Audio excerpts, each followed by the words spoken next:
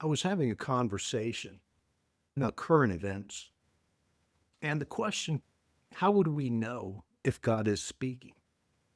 As our discussion was developing, I kept remembering about Psalms 19, verse 3 and 4, as it reads, day to day makes utterance. Night to night speaks out. There is no utterance. There are no words whose sound goes unheard.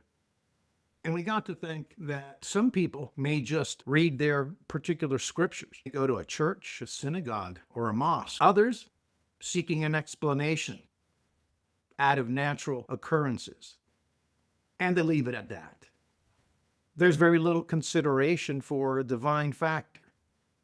If it cannot be verified, it's not considered. We rather look at it from the perspective that we could use a method of inquiry, come up with theories, create a new explanation, and people move on. So long as that narrative brings a sense of acceptability. Many would be wondering, any thought that you may have about wanting to be valid, as is pertinent as anyone who did not have a thought about it, depending on how we look to determine if we think God is speaking.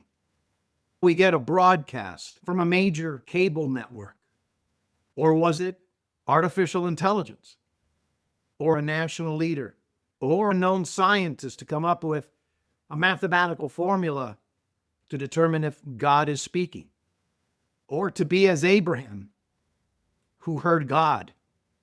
Some attribute to the faith of Abraham, but Abraham was from the Ur of Chaldees, the Sumerian, as his ancestors, Noah, Methuselah.